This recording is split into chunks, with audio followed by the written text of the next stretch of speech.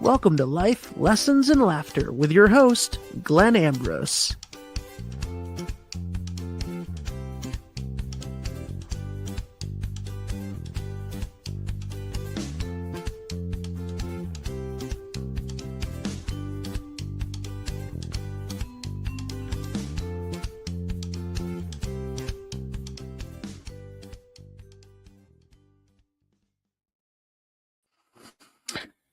Hello, welcome to the show, everybody.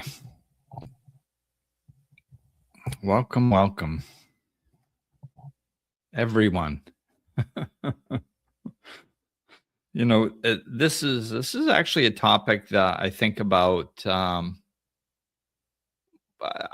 fairly often. I think part of me is very kind of fair oriented, justice oriented. So I think I've always been like this. My mom used to call me the world police, like when I was, I think, in high school or something. If there was an injustice somewhere, I was sticking my nose right in it. And it was like, for me, I thought about it back then because, people would tell me to mind my own business. Or why are you getting involved or something like that. And I mean, to me, like, I kind of, if you've listened to my podcast and heard some of my childhood stuff, like, I was used to facing consequences, right? So I didn't really have a fear of consequences for the most part. And I felt standing up for things was more important than whether I experienced a consequence, because I was getting consequences all the time anyway, right? So I, at times, and I mean, don't get me wrong, I, was very self-absorbed as a teenager and young adult and stuff, and leading into alcoholism and all that stuff. But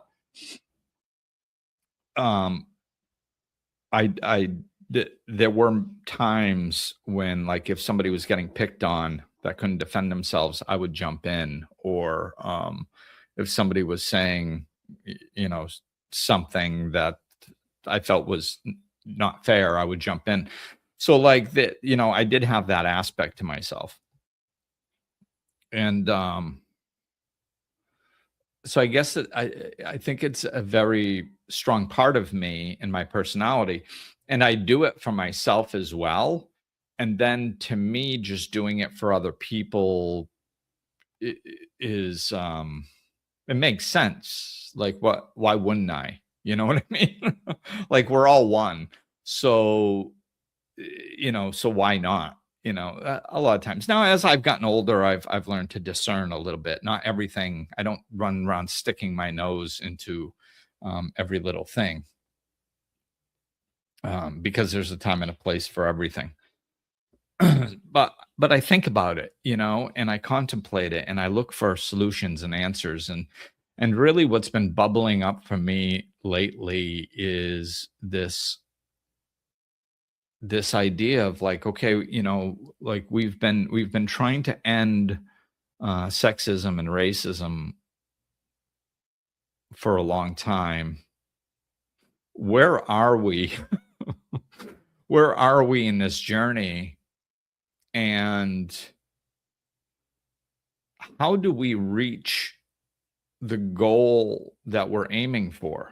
Right? The goal we're aiming for is ending sexism and racism. We don't want it to exist, right? And I've been contemplating lately this idea. So this is basically this podcast. We'll see where it goes, but my idea with this podcast, just to be upfront, is to discuss a particular concept about ending sexism and racism. And I'm not saying that I'm right. I kind of want to preface it with this, because this is the stuff that has been going on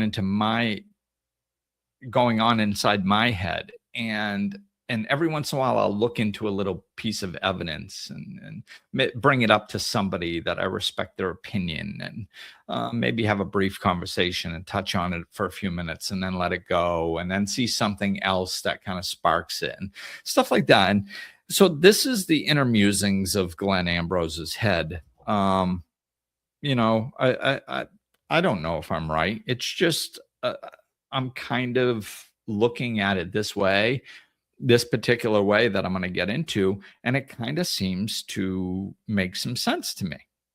So I wanted to put it out there because I think that having these conversations is important.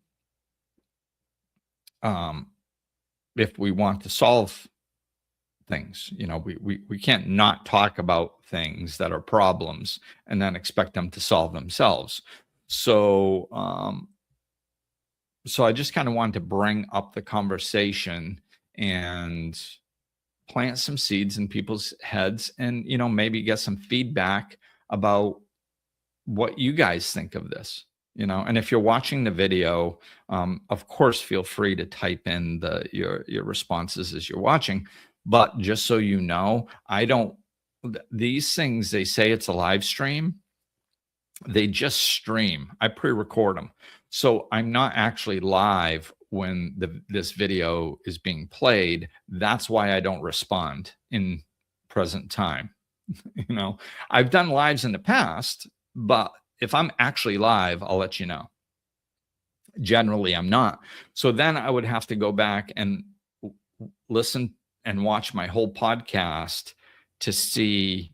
Sometimes I can see the comments and go through them, but a lot of times it blocks on Facebook. Whereas on YouTube, if somebody comments, then I can then I'll get a notice that somebody commented. So, you know, I'm bringing this up because if we're going to go back and forth a little bit, you're going to have to work with me, because commenting on my Facebook, a lot of times I can't see it.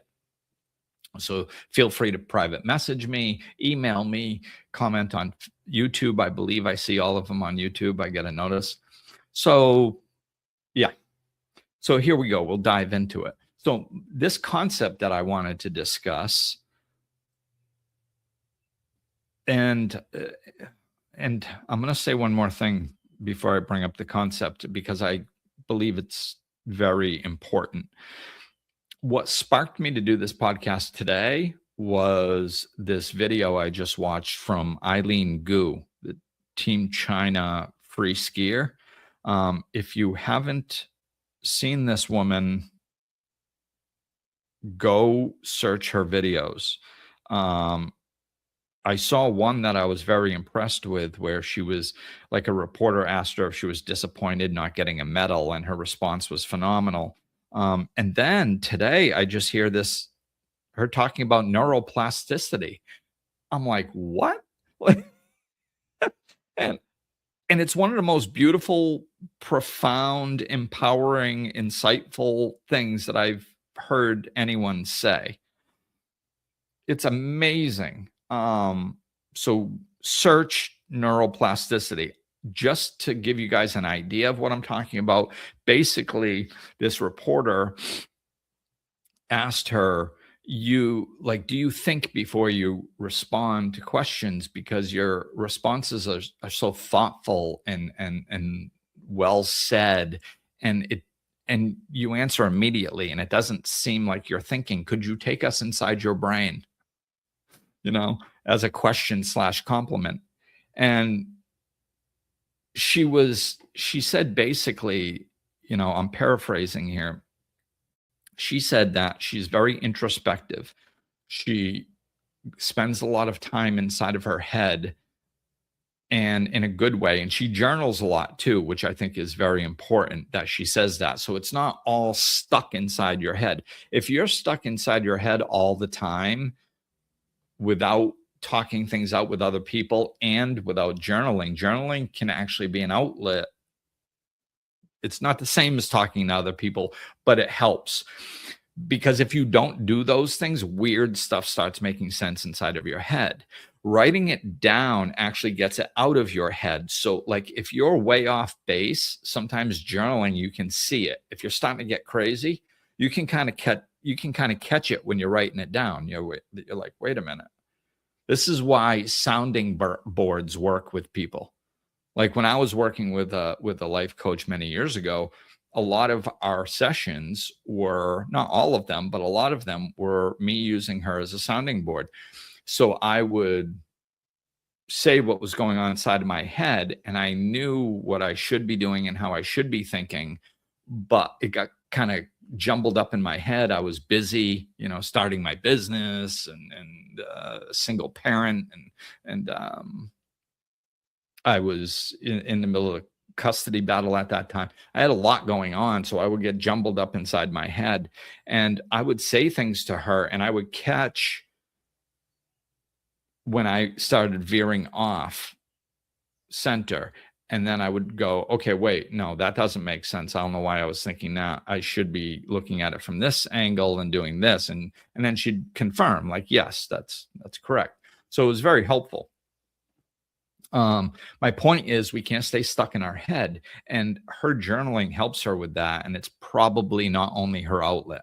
Okay. So everything else, like, I think was completely clear and perfect the way she said it. I just want to expand on that part a little bit. So basically, she said she spends a lot of time inside her head. She's very introspective, and she breaks down her thought processes and her reasoning processes and adjusts them, not in a overly analytical way, but kind of like just tweaking things, kind of in a scientific way, just trying to create better thinking habits. And she was like, most people don't know, you can control the way that you think. And if you can control the way that you think, that means you can control who you are through neuroplasticity, rewiring your brain. And she's like, that's so powerful, because now I've spent my time monitoring my thinking and shifting the way that I think. And then now I can be the person that 8-year-old me would have looked up to. And she was saying things like when I was 8 years old, I would have been obsessed with me. I would have loved me. And it wasn't in an egotistical way. She even said that, not in an egotistical way. It's pure self-love. She loves herself because she uses her brain to think in ways that are indicative of the person she wants to be. It's beautiful. It's beautiful. And she says it much better than I am. Go watch the video. So that video really sparked this because, I was just amazed by this video, and I shared it on my social media immediately. And I was like, oh my God, this is one of the most wonderful things I've heard in a very long time from anyone ever, alive or dead. Amazing, empowering, wonderful. And as I was thinking that, I started reading some of the comments, and thank God the comments were positive. And I even searched it to see if it was AI. It was that good. And it said it was true. She did say these things. But when I was reading the comments, where, and a lot of, I think it was primarily women. I'm not sure if I checked everyone, but a lot of women were saying, what an amazing woman. This is the most insightful thing I've heard a woman say. Things like that, right? And of course, they were meant in a positive light. And when I was reading that, I was thinking, not in a judgmental way. It was just the thought that popped into my head because of the way my brain works. Like, I see everybody as equal. I don't I don't see race and sex as this as one could possibly be better than the other.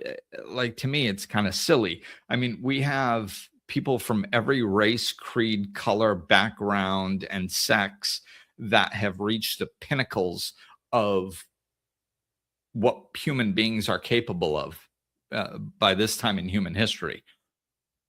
So thinking that one race, creed, or color or sex is not capable as another is just absurd to me.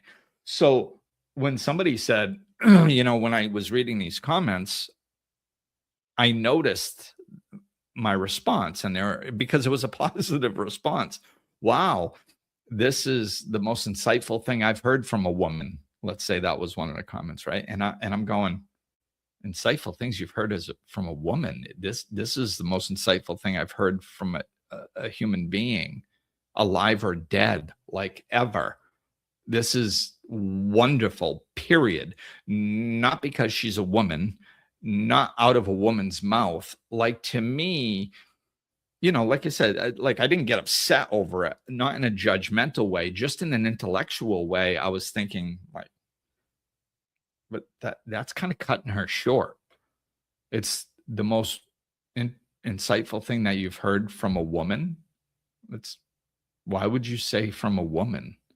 Like, it's kind of minimizing it.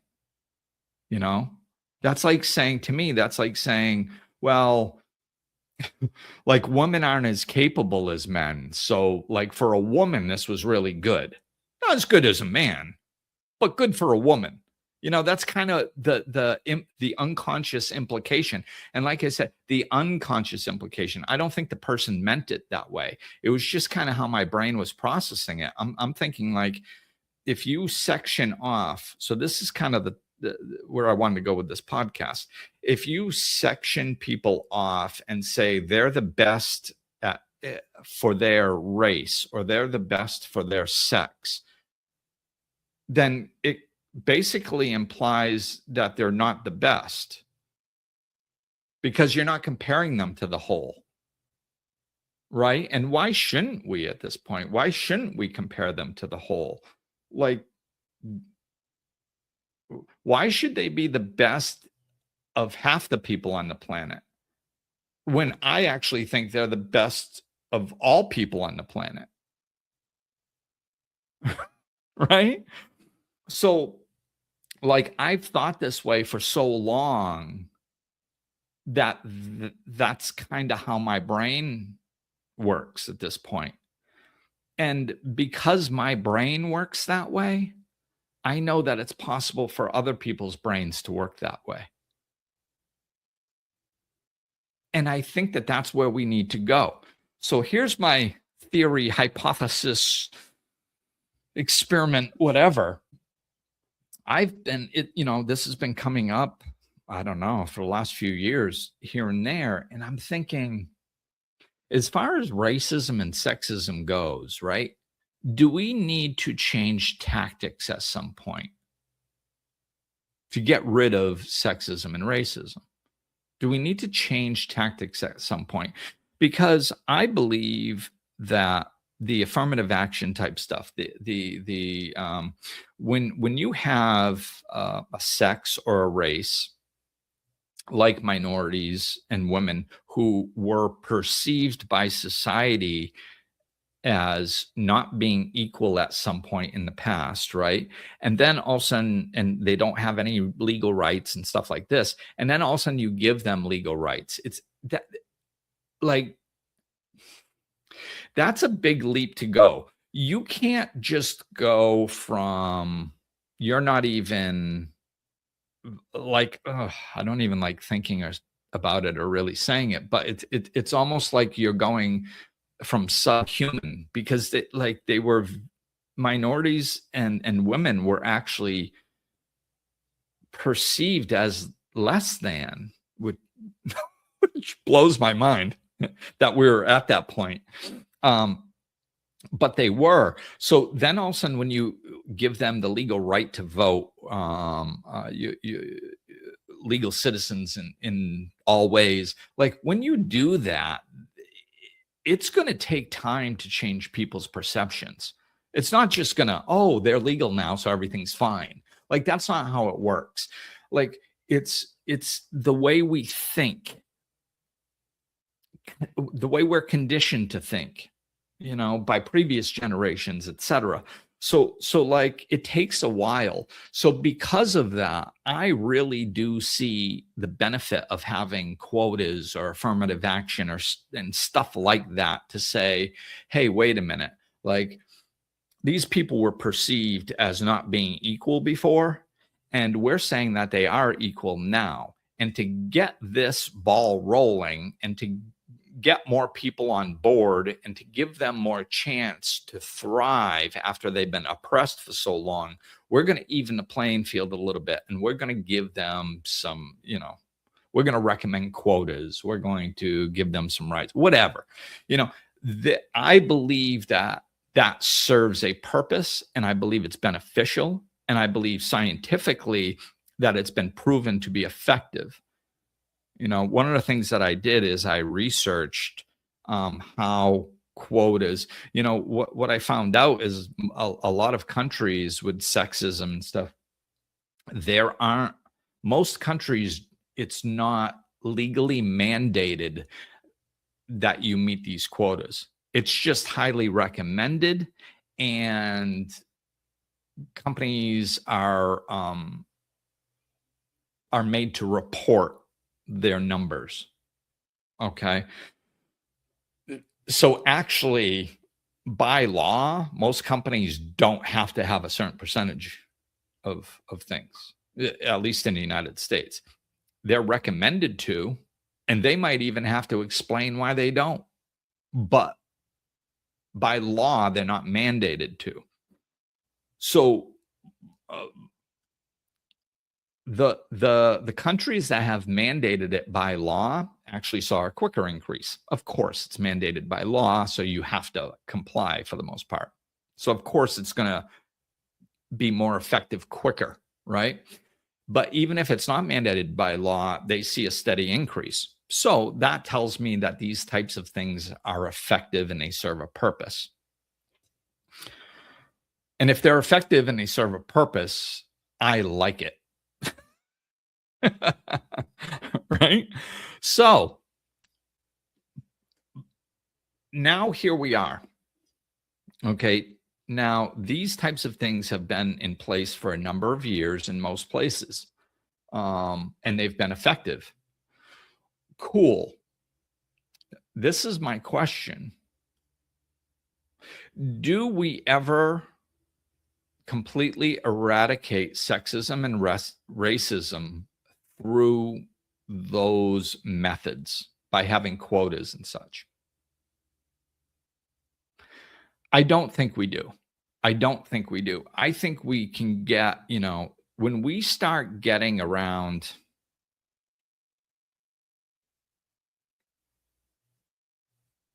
I don't want to say percentages, because I was going to say a percentage, and then all these other thoughts like, well, Glenn, are you including this into your percentages or this into your percentages?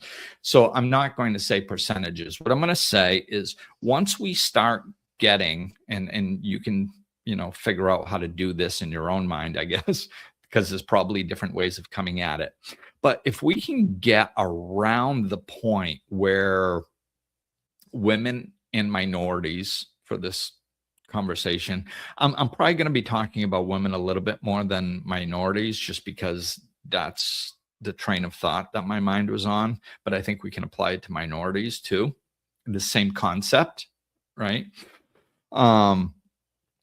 Once we get around the area where minorities and women are represented in the numbers that they should be represented,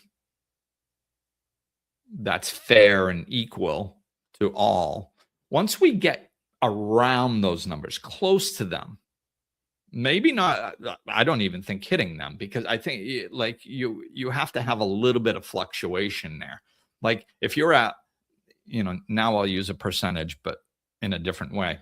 So if you're let's say the target is 50%, right? If you're around 45%, it's probably going to fluctuate between 45 to 55 to 45 to 55, or maybe even a 40 to 60 to 40 to 60. Like it's going to fluctuate. We're not going to hit a percentage point and just stay there. So there needs to be a little bit of fluctuation in there. So once we get close to that,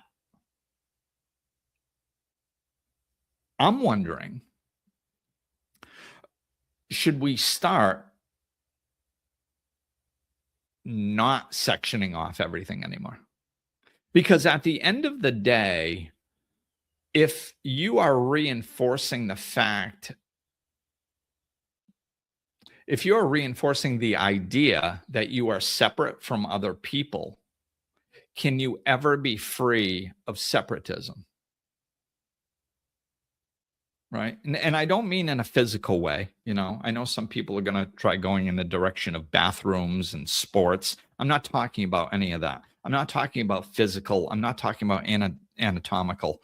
I'm just talking about functioning, rights, brains, job opportunities, that type of stuff. I think there's, well, I don't think, I know scientifically there are differences between men and women. I personally don't think that they should be competing on the same sports teams if there's a physical component to it, because there's physical differences. But that's where it ends. Like there aren't mental differences. There's not one sex that's smarter than the other sex. So like, why are we separating it? So I'm thinking, like at some point, do we just stop going, well, this is the number, well, women are represented in this way and men are represented in this way. It's like, well, why isn't just human beings represented? Like once we get close enough to that point, then I think we can erase the line, because you can't say, I'm separate, I'm separate, I'm separate, I'm separate, treat me the same. Like, well, wait, which is it? Are you separate or are we the same? Well, I'm separate, but I want to be treated the same. But I'm separate. Like, this is how we get reverse sexism, reverse racism. And some people will think that that's the case with, the affirmative action type thing and the quota type thing. Like I said, I don't agree up until a certain point. And I'm not sure if we're at that point now, but I think we're starting to get close to it. I think we're starting to get close to the place where we can start going, okay, wait a minute. Like, let's just, if you're going, I'm going to hire, at some point, if everybody is represented pretty much equally and we've accepted that as a society, then at some point we have to stop separating people and just go, we're all part of the human race. That's it. And I think that this, like when people first hear this, they might go, well, yeah, that's a nice thought, Glenn. But we got to be realistic about this. Okay. So I think this, and this is what I do, man. Like when I have an idea, I ask questions, sometimes to AI. And I just to kind of toss things around in my brain. And what I asked was like basically how things, like the first thing I thought of was debate teams, like in high school and college and stuff. And I probably would have done really well on those, but I was too busy partying. But like I thought of that because it's intelligence based, right? And I'm thinking, I can't see how sex would make a difference. I wonder if high school, college, that type of thing, the debate thing is divided by sexes, because that might be an area where it doesn't have to be, right? And I looked it up and it says Debate teams, whether in high school, college, or independent leagues, do not separate by sex or gender. Everyone competes together regardless of whether they're male, female, or non-binary. Here's how it typically works. Whatever, it doesn't matter. It works like it's not based, So then I said, what are other examples of things where everyone competes together regardless of whether they're male, female, or non-binary outside of sports?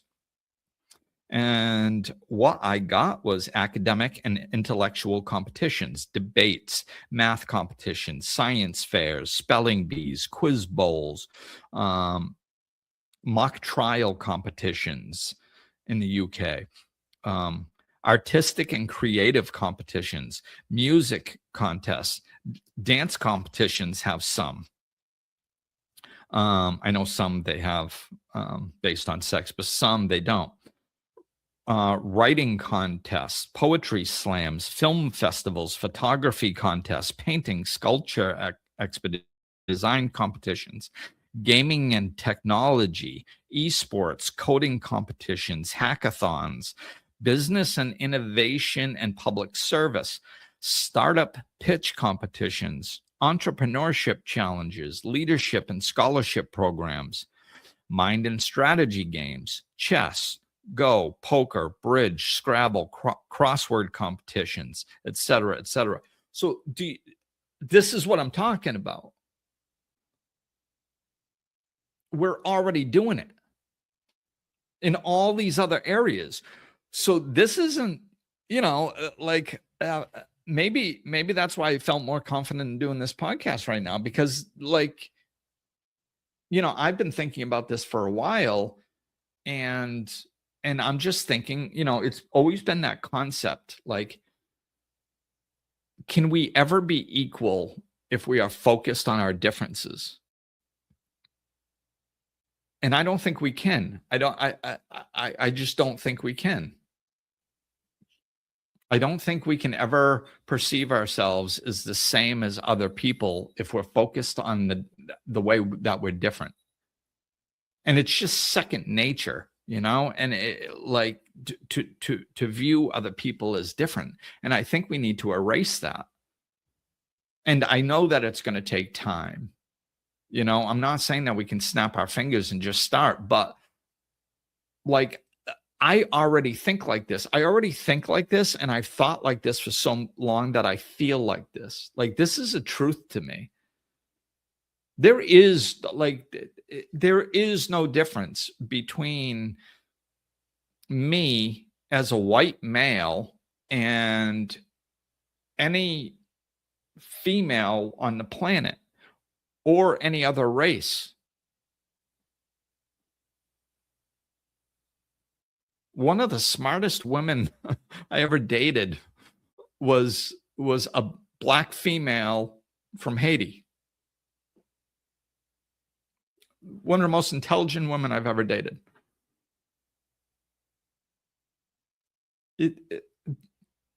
And that's one example of a billion from just my personal experience. I just don't see how it's possible to think that other people are different. And I know that not everybody feels that way or thinks that way. I get that. But what I'm saying is, when does the fact, when do we need to change tactics? This is my question. I'm wondering, and of course I'm leaning in the direction that we need to change tactics. I'm not saying we do. I'm starting the conversation. I'm opening the conversation up because I don't hear anybody else talking about this. And this is something that's been going on in my head. When do we start erasing the lines? When do we start I understand, I live in the Dominican Republic. I understand the value of passing down cultural knowledge. Right now in the Dominican Republic, it's like taking a step back to the United States 100 years ago in some ways, 50 years ago in other ways, 200 and 300 years ago in other ways. It's very interesting living here. And right now, I believe that a lot of the ancient wisdom that's held by the elders is starting to get lost, but it's still here. In the United States, it's pretty much lost. We can get it back, don't worry, but that's another podcast.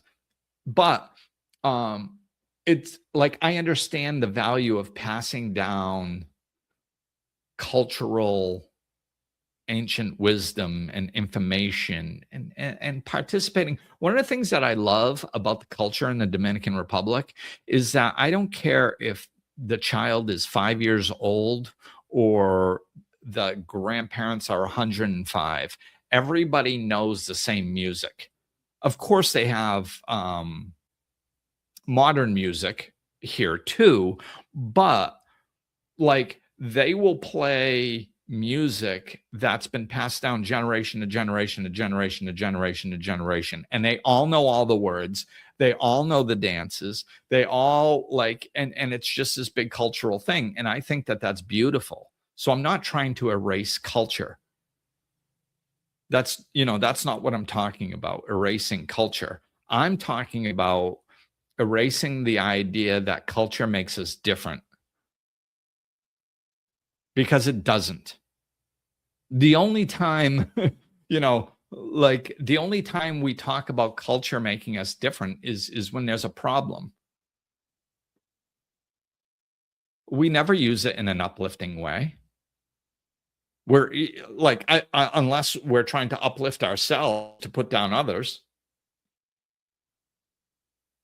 I just don't see the benefit of it. I don't see the benefit of thinking that we're different. We're not. I think we have to start focusing on the fact that there's one race. It's the human race. That's it.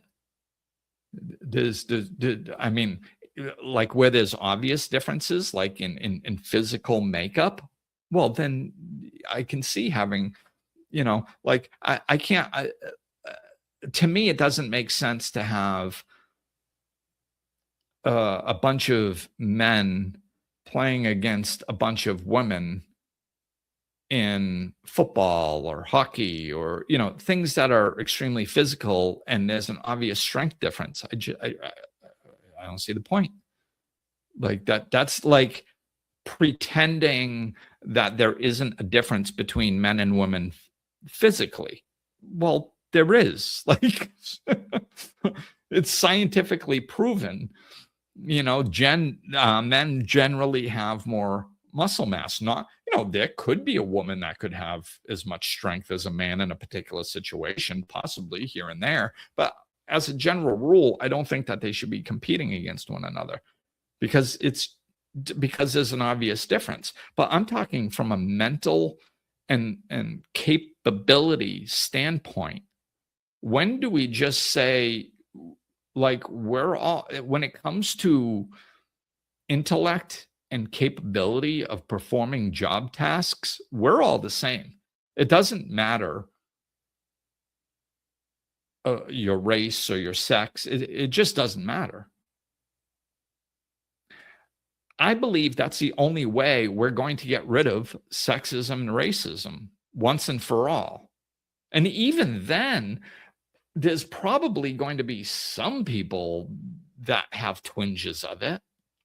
Just because there's some people that think, I don't know, something stupid like frogs and toads should be called the same thing. Okay.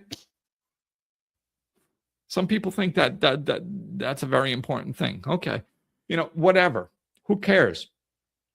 So maybe there's going to be a small percentage of people that are never going to catch up, but they're not going to catch up no matter what the hell we do anyway.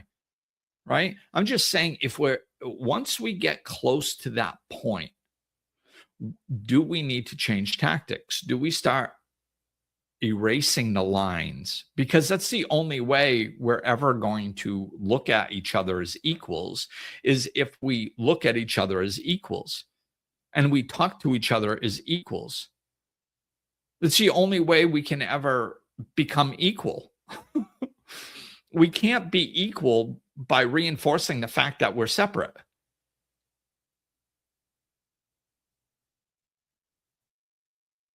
And we're not separate. We're the same. We all want to be loved. We all want to be heard. We all use our brains to think.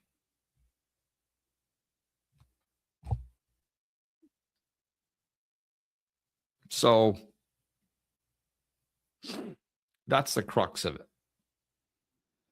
Can we, and like, I mean, I don't care what you weigh in on, like, whatever kind of jumped out at you, whatever thoughts you have, let me know.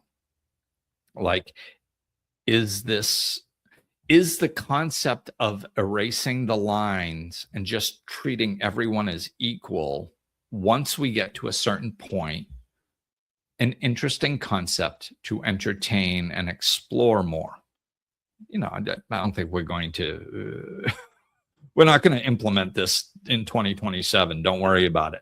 I'm just saying, like, should we start thinking like that? Should we start entertaining the possibility of changing tactics? Because the tactics we used to go from 0 rights up to close to equal rights, that worked. We did it, and we're still doing it. And it's shown that it's had a benefit. So I'm a big fan of it. Like, because that's the point. I want everybody to get equal. So if I look at the data and it's showing me that other sexes and minorities are coming into being represented better because of the type of things that we're doing, then I say, yes, we should do them. Right. And that's, from what I've seen in research, it's worked. But now we're getting to that point where it's close. And I think a lot of the percentage points were somewhere around like 40% representation, like 40% of women. Like a lot of these businesses are they're 40% and some even higher represented by women. So like that's very close to 50%. So that that's good.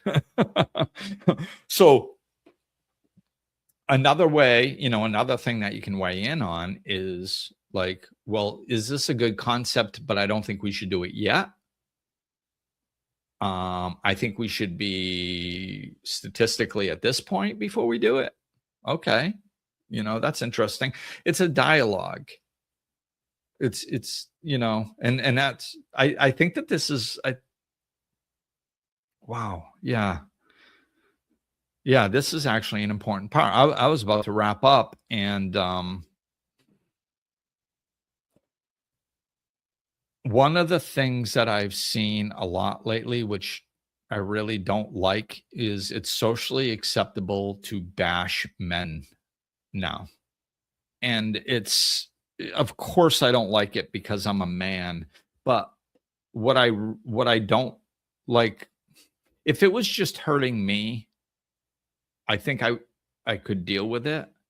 But to me, it's dysfunctional for everyone. And what I mean by that is when women were being oppressed and bashed by men, they didn't like it. Right? They were like, men are assholes because they're putting us down, they're holding us down, they're just, and we're just as capable as them and just as intelligent as them. So why are they putting us down and talking bad about us? Right? Women didn't like that. And when we make a correction in society of thinking, or just about anything, we tend to overcorrect because it's energy, right? So we're over here and men are oppressed women for a long time, and it takes energy to hold the pendulum up in the air. And then we release that energy over time, and boom, that pendulum swings a little bit too far to the other side, and we overcorrect. And then we can come back into balance. And I think that that's where we are right now. I think this men bashing thing that's been going on is just an overcorrection. And of course, like I said, I don't like it as a man, but there's nobody that's going to hold me down. So you can say what you want. It's not deep. It's not really going to affect me. It might irk me a little bit, but it ain't going to affect me because nobody's going to hold me down. I don't care who you are or what sex you are or what race you are. It's not like you don't have that power. So, but what actually, to me, the more detrimental part is that the women who didn't like being oppressed are now becoming the oppressor. They're actually bashing and putting down men. And like, if you ever bring it up, they say, "Oh, you don't like it, huh? How does it feel?" Like, it's a good thing that they're bashing men. It's like, well, yeah, but you just became who you hated. You were a sex that was put down and oppressed. And then now you're becoming the oppressor. You're becoming the one that's spreading hate based on sex. You didn't like it when people spread hate against your sex, and now you're spreading hate against other sexes. Like, what, that you can't be happy inside doing that. You know, that would be like, the UK, came in and took over India, right? And they were oppressing the Indian citizens. And then Gandhi comes along and they get their independence back, right? And then England goes back over and leaves them alone. Now they have their independence. That would be like India going over to England, taking them over and start oppressing them. It's like like two wrongs don't make a right. You're just becoming what you hated. Like, why would you do that to yourself? Like, we got to be a little bit more conscious about what we're doing. And I think that that's one of the reasons why erasing this line is starting to become what I perceive as possibly a good idea, because that's where we are. We're so close to the middle now. We're so close to equal that it's going too far in the other direction. The whole point is us coming into balance. The whole point is equality, not better than. Now, I can understand the unconscious egoic push of being like, well, I was held down, for half my life. So if they got to be held down, good. Like, I understand that, but it's dysfunctional and unhealthy.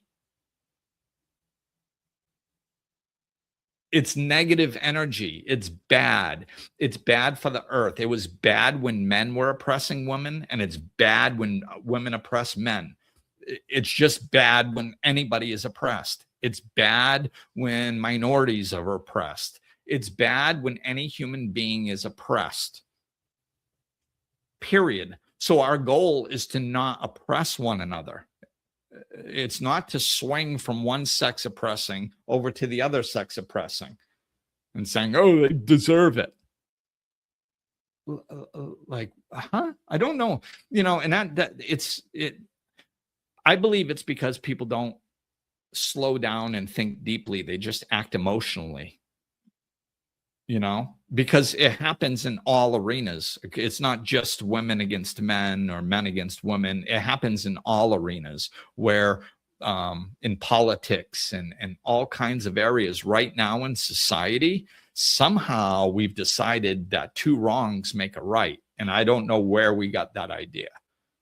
It's just whenever, on social media or the news or something, whenever somebody says something that somebody doesn't like, they're like, screw them. They should go to hell. Like, and they just attack.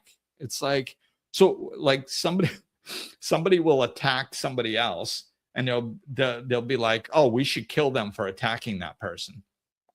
It's like, wait, what? Like, so them attacking somebody is bad, but you killing them for it isn't?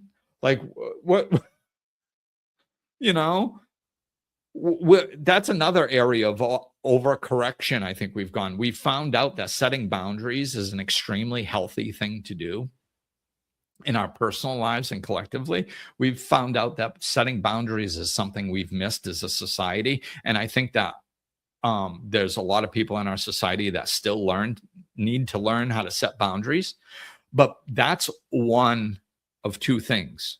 We live on planet Earth. Everything is yin and yang. There's two sides to every coin. That means that where we're aiming is the balance between two things, always. So boundaries is not the only answer. Boundaries are necessary in a lot of situations, and a lot of people, like I said, still have to get better at them. But there's another side to the coin, and that's letting other people think the way they think and not judging them at their worst all the time and not trying to punish them. Like now, it's like somebody, yeah, like this. What was that woman like? Took a baseball from some kid at a baseball game. Like, now I think that was the wrong move, right? You let the kid have the baseball, but we've like minimized her into Satan. Like that one act encompasses her and her entire existence on this planet. We're so quick to judge and minimize and put people down and just spew hatred at these people. Why? Because we saw them do something that wasn't nice. So now we're going to not be nice. Screw them, the dirt bags. And everybody goes, yeah, damn right. Like, huh? So you just watch somebody that did something that wasn't kind, and then now you're going to be not kind, and everybody cheers you on. Like, this is a problem in society. We're hate filled, and we're spewing at anybody that does anything that's not perfect, and we think it's not affecting us. This is a huge problem with self-love, self-esteem, and stress levels in the world right now, is because, see, people don't understand. When you judge other people, you're setting a limit to judge yourself.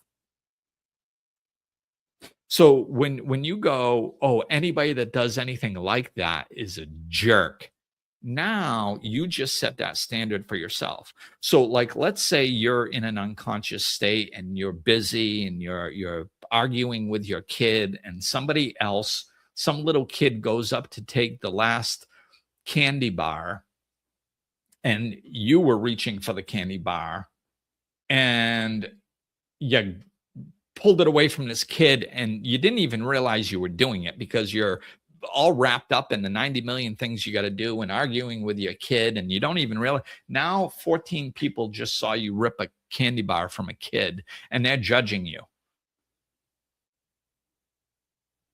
right? And then you might get home, or maybe your kid says something to you in the car and goes, you took that candy bar from that kid. You go, what? Oh my God. And on an unconscious level, you think you're a jerk. It was just an unconscious action. You weren't aware of what you were doing. But now you're labeling yourself as a jerk on an unconscious level. This happens on an unconscious level, I'm telling you. You cannot judge other people and not judge yourself. So when you're out there pointing the finger at all these other people for all these stupid things that they do, you just keep raising the bar. Oh, I can't drive like that or else I'm a moron. Oh, I can't think like that, otherwise I'm a jerk. Oh, I can't check the radio station when I'm driving because then I'm a lunatic. Oh, I can't do that. Oh, I can't do this. Oh, I can't do that. And all this stuff is stored inside of you. And we're judging ourselves unconsciously, internally, and we get really good at rationalizing our behavior. We get really good at going, well, they're a jerk when they did it, but I'm not a jerk because I just wasn't paying attention. That's lying to yourself. Maybe that other person wasn't paying attention. just like you weren't paying attention, right? Like, we can't lie to ourselves. We can do some little intellectual gymnastics in our brain to rationalize our behavior and push it away, but it affects our self-esteem because we know we did something we shouldn't have done.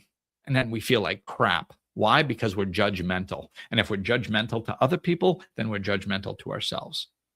So this is, I guess this is a symptom of a bigger problem. I've talked about this on a previous podcast, but it kind of had a home here. It's like, this is what I mean. If we're to the point where the oppressed is starting to become the oppressor, we got to be close to that halfway point. We got to be close to the target area. Otherwise, they wouldn't have enough.